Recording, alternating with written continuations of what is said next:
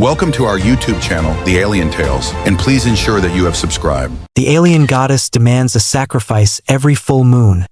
I keep offering myself. Her people worship through pain. She refuses to let me die for her. But every month I see the hunger in her eyes growing stronger. The crash landing wasn't supposed to happen. My survey ship, Meridian, had been mapping the outer rim colonies when the gravitational anomaly pulled us into Kythera's orbit.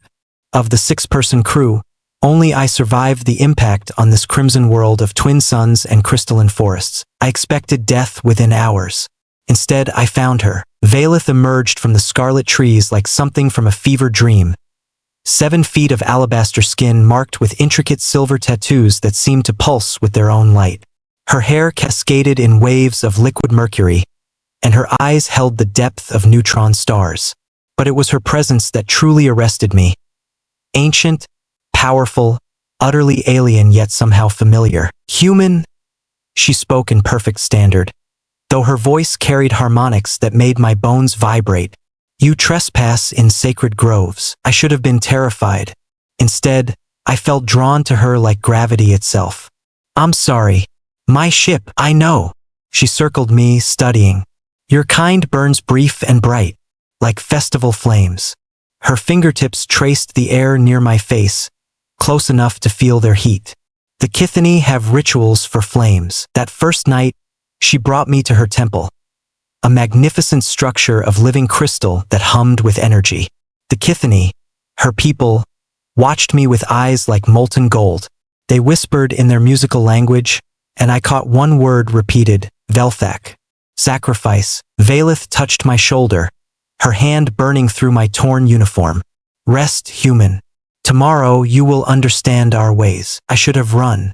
Instead, I stayed, captivated by this goddess who looked at me like I was something precious and doomed. The full moon of Kythera burned silver white, twice as large as Earth's satellite. I'd been with the Kythini for 3 weeks, learning their language, their customs. Valeth had been my constant companion and teacher, though she maintained a careful distance that felt more painful than the crash injuries still healing on my ribs. Tonight, we honor the Crimson Mother, Valeth explained as her people gathered in the temple's central chamber. The air thrummed with anticipation and something darker, hunger. I watched in growing horror as volunteers stepped forward. Beautiful, ethereal beings who smiled serenely as ritual blades opened their flesh. Their silver blood spilled onto the crystal floor, which absorbed it with greedy pulses of light. The temple itself seemed to feed. This is worship? I whispered. Pain purifies, Valeth replied, her voice tight. Sacrifice sanctifies. The mother demands both to keep our world alive. Her eyes found mine. She weakens, human.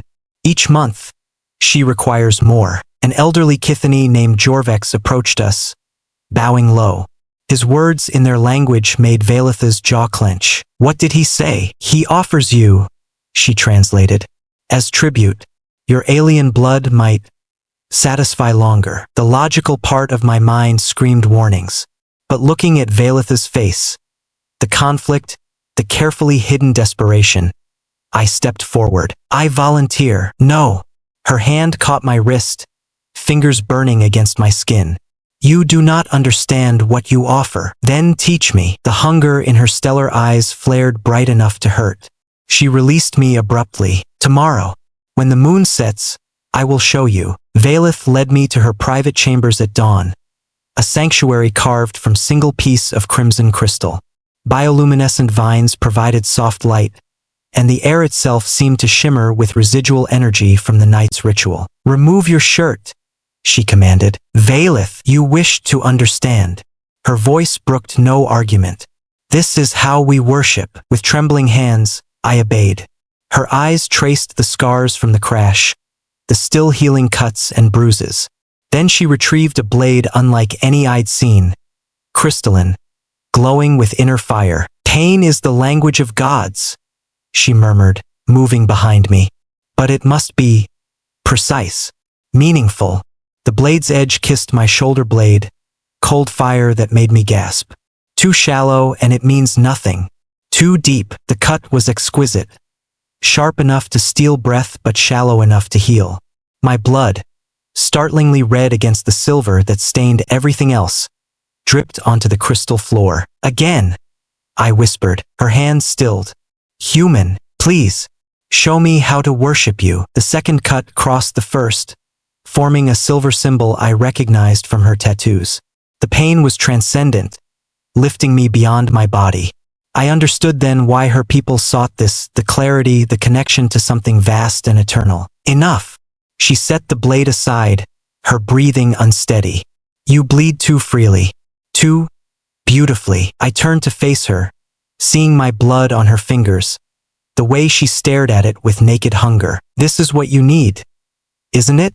What the mother needs. Do not ask me to take what I cannot give back. But I was already lost to her gravity, already falling into that stellar gaze. Then teach me to give more. The weeks between moons became a dance of desire and restraint. Valeth taught me their sacred geometry, how each cut must align with spiritual significance, how pain could be sculpted into prayer. My body became a canvas of silver scars, each one a word in her divine language. But it was the way she tended my wounds that undid me. Her touch gentle despite her strength, her breath catching when fresh blood welled beneath her fingers. The hunger in her eyes grew with each lesson. You heal faster than we do, she observed, tracing a week-old cut that had already silvered over. Human resilience, or stubbornness, I suggested, making her laugh. A sound like crystal bells in starlight. We were in her garden, surrounded by plants that bloomed only in Kithara's crimson soil. She'd been teaching me meditation through controlled pain, small cuts that helped focus the mind. Why won't you let me give myself at the ritual? I asked. I see how the others look at me. They know I could feed her more than they can. Her hand stilled on my wrist. Because you do not understand the cost. Then tell me. She was quiet so long I thought she wouldn't answer. Then, the mother does not simply take blood, Garrett. She takes life force, memories, pieces of soul. Her stellar eyes met mine. The others give willingly because they have centuries to recover. You have perhaps 70 years total. And you, I am her daughter, her avatar. I give nothing. I am the vessel through which she feeds. The admission cost her. Each month, I feel their life flowing through me into her. I taste their dreams, their loves, their fears. I understood then. The careful distance, the restraint despite obvious desire. You're afraid you'll consume me. I know I will. I leaned closer, close enough to feel her heat. What if I want to be consumed? The second full moon arrived with electrical storms that made the temple's crystals sing. I'd spent the day in preparation, fasting, meditation, the ritual scarification that left my torso marked with Valetha's divine symbols. Each cut was a prayer, each drop of blood an offering. You cannot participate, she said for the 100th time as we prepared for the ceremony. You cannot stop me. She could, of course. Her strength was inhuman, her power absolute. But we both knew she wouldn't. The hunger had grown too strong, the need too desperate. The previous month's sacrifice had lasted barely an hour before the mother demanded more. If you die, then I die serving something greater than myself. I caught her face in my hands, feeling her skin burn against my palms.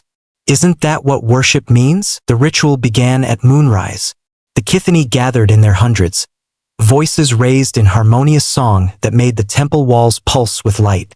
Volunteers came forward as before, but their offerings seemed pale, insufficient. I stepped into the circle. Garrett, no, but I was already kneeling before the altar, already drawing the ceremonial blade across my palm.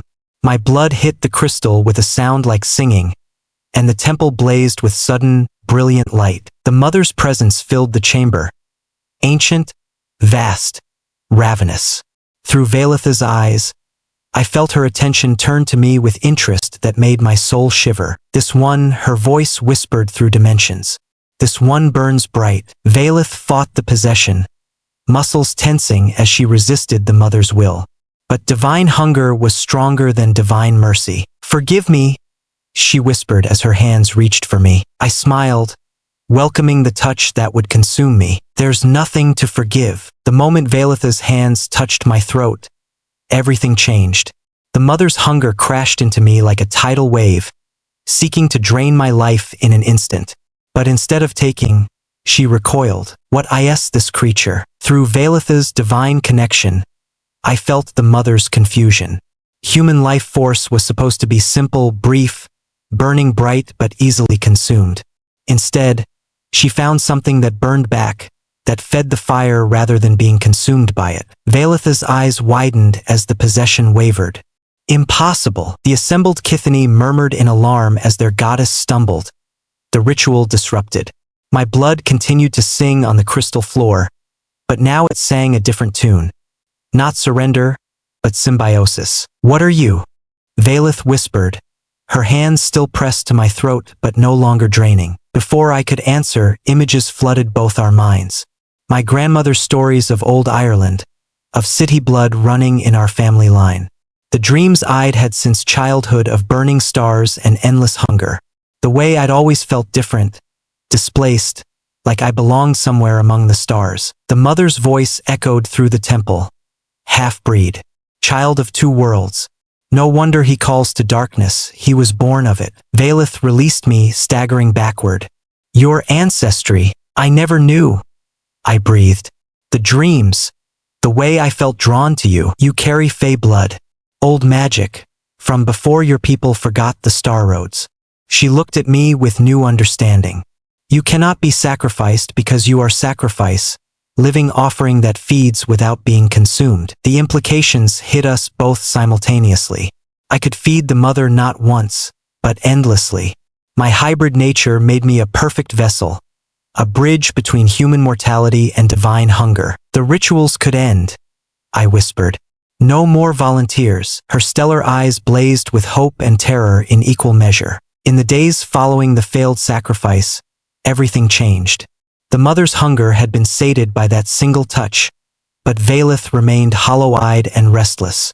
She avoided me, afraid of what we'd discovered. I found her in the crystal gardens at twilight, sitting among bioluminescent flowers that pulsed in rhythm with her heartbeat. You're afraid of me now, I said, settling beside her on the warm stone. I am afraid for you. She didn't look at me. What we felt in the temple, that connection, it goes both ways. If I bond with you as she wishes, I will feel everything you feel. Your pain will be my pain. Your death will be my death. And I am immortal, Garrett. I will feel you age and die while I remain unchanged. I will carry the memory of your mortality forever. I understood her fear, but the alternative seemed worse. What about the others? Your people who volunteer each month. They give freely, knowing the cost. They live their long lives and die content. Her voice cracked slightly. You would give everything for a people not your own. For you, I corrected. I'd give everything for you. She turned then, stellar eyes bright with unshed tears. Why? How could I explain the gravitational pull I felt toward her? The way her presence filled spaces in my soul I hadn't known were empty? Because you're worth it. Because this us feels like coming home. The third moon was rising, painting everything silver. Vailith reached for my hand, her touch careful, controlled. If we do this, if we bond, there is no undoing it. You become mine as I become yours. Forever. I brought her burning hand to my lips, kissing her palm. I was yours the moment I saw you. She smiled then, the first truly unguarded expression I'd seen from her. Then let us be damned together. The bonding ritual was unlike anything in human experience. Vailith led me to the temple's heart, where the mother's presence was strongest. Here, the walls themselves pulsed with divine energy, and the air shimmered with potential. Remove everything, she commanded, her voice already carrying divine harmonics. Flesh must touch flesh for this to work. We undressed in reverent silence, the weight of what we were attempting settling between us. Vailith's body was artwork made flesh, every line and curve enhanced by the silver tattoos that traced her skin like liquid starlight. The scars you gave me, I said, noting how they seemed to glow in the temple's light. They're more than decoration, aren't they? They are promises. She traced one with a burning fingertip. Each cut a thread that binds us closer. Each drop of blood a word in the language only we speak. She produced a new blade, longer, more ornate, pulsing with the mother's power. This will hurt more than anything you've experienced. The mother must mark us both before she'll accept our bond. I nodded, beyond fear now. The blade's edge found my chest, carving deep lines that followed my ribs. But this wasn't the controlled pain of our lessons. This was transformation. Divine fire rewriting my very DNA. Valeth mirrored each cut on her own flesh, her silver blood mingling with my red as it dripped to the altar. The mother's presence grew stronger with each sacrifice, her hunger rising to meet our offering. Yes, her voice thundered through dimensions. Burn for me, children. Burn together. When the cutting was done, Valeth pressed her bleeding body against mine. The contact was electric, our blood and life forces merging in ways that transcended physical touch. I felt her memories flooding into me. Millennia of worship, of feeding the mother's endless hunger, of profound loneliness. And she felt mine. The crash, the survivor's guilt, the way loving her had become my entire world. We were no longer two beings. We were one offering, burning eternal. Our bonding changed everything and nothing. The mother's hunger was satisfied by our joined life force, but the monthly rituals continued, now as celebration rather than desperate necessity. The Kithani worshipped through joy instead of pain, and their world bloomed with new life. But immortality, I learned, came with its own agonies. You're changing, Valeth observed on a morning 3 months after our bonding. We lay entwined in her crystal chambers, my skin now bearing the same silver tattoos that marked her as divine. I felt it too, the slow transformation from human to something else. My aging had stopped, but my memories were beginning to blur at the edges. The price of eternal life was eternal forgetting. Will I lose myself completely? I asked. Not lose. Transform. She traced new patterns appearing on my chest. You are becoming Kithani, divine. But some human essence will always remain. It's what makes you perfect for this purpose. The changes weren't just physical. I could feel the mother's presence constantly now, her hunger like a second heartbeat in my chest. Through our bond, I experienced Valeth's divine responsibilities, the weight of an entire world's spiritual needs, the exhausting business of being worshipped. Do you regret it? She asked, reading my thoughts through our connection. I considered lying, offering reassurance. But our bond made deception impossible. Sometimes, I miss being just human, being simple. I know. Her pain echoed through our link. I feel your loss as if it were my own death. The fourth full moon was rising outside, painting everything silver. Soon we would go to the temple, would feed the mother through our joined essence. The ritual was painless now, transcendent rather than sacrificial. But each month, I felt more of my humanity slip away, consumed by divine purpose. Will you remember me? I asked. When the transformation is complete, she pressed her forehead to mine, stellar eyes bright with tears. I will remember us. Always. It would have to be enough. A year passed, then another. Time became fluid for beings who no longer aged, measured only by the rhythm of full moons and the mother's eternal hunger. My transformation was nearly complete. Skin silvered with divine markings, eyes burning with starfire, mortality a distant memory. The Kithani had built shrines to us throughout their world, worshipping the bonded gods who fed their protector. But in quiet moments, I still felt echoes of the man who'd crashed here. Memories like faded photographs of a life that felt increasingly distant. You're thinking of Earth again, Valeth said, finding me in our private garden where hybrid flowers bloomed in impossible colors. Sometimes I wonder what would have happened if I'd never crashed here, if I'd lived a normal human life. She settled beside me, our bond carrying her gentle amusement. You would have been miserable, searching always for something you couldn't name. She was probably right. The longing I'd felt my entire life, the sense of displacement, of belonging somewhere among the stars, had been answered here.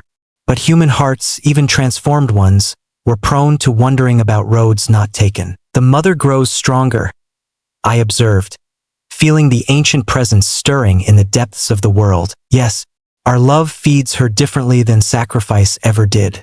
More sustainably. Valeth's stellar eyes turned toward the rising moon. She speaks of expanding beyond this world, of carrying our gift to other realms. The implications were staggering.